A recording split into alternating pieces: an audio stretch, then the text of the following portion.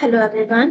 In this video, we will learn a trick to remember kings who followed Buddhism. So there are these three words, Bhakti का हाथ.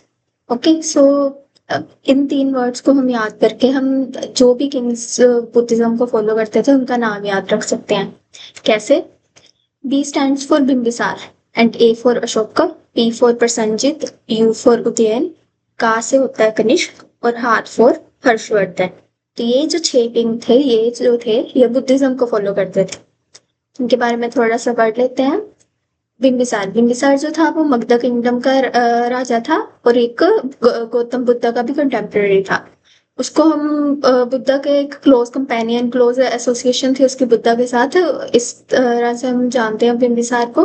और वो हम ऐसा माना जाता है कि बिंबिसार जो है उसने बुद्धिज्म की जो बुद्धिस्ट टीचिंग्स थी वो अडॉप्ट कर ली थी अपनी लाइफ में. ओके. फिर अशोका जो हम उसको अशोका द ग्रेट के नाम से भी जानते हैं, वो मौर्य डायनेस्टी का किंग था, रूलर था. और कलिंगा वॉर के बाद उसने बुद्धिज्म को एम्ब्रेस किया और उसको पूरे एशिया में प्रमोट भी किया. ओके.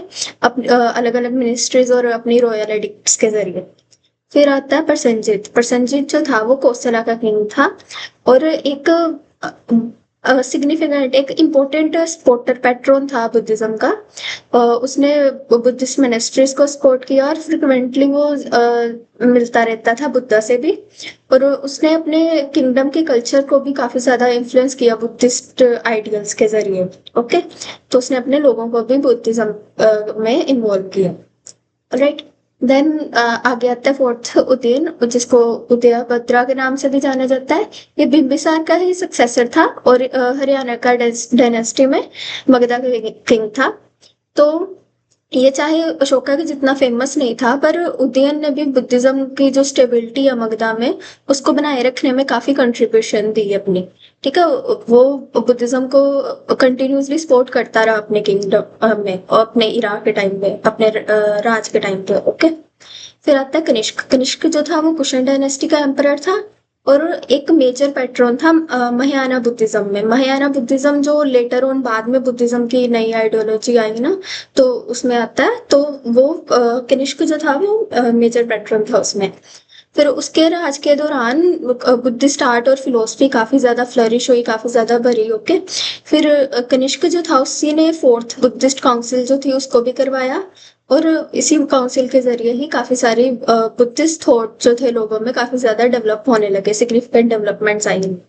फिर 6 नंबर पे आता है हर्षवर्धन. तो हर्षवर्धन जो था वो नॉर्थर्न इंडिया का किंग था 7th सेंचुरी के अराउंड. तो वो बुद्धिज्म से भी इन्फ्लुएंस था और हिंदुज्म को भी मानता था पर वो बुद्धिस्ट मिनिस्ट्रीज का ज्यादा सपोर्ट करता था. ओके. उसमें ज्यादा इम्पोर्टेंट पैट्रन था, वो उनको इनकरेज करता था, प्रमोट करता था बुद्धिज्म को. और उसने अपनी रिलीजियस पॉलिसीज में भी अपनी किंगडम की बुद्धिज्म को जो एक इम्पोर्टेंट पार्ट बना के रखा था. तो इस तरह हम इन 6 किंग्स के नाम को याद रख सकते हैं थ्रू दीज 3 वर्ड्स बापू का हाथ. So thank you so much for watching this video. That's all. Goodbye.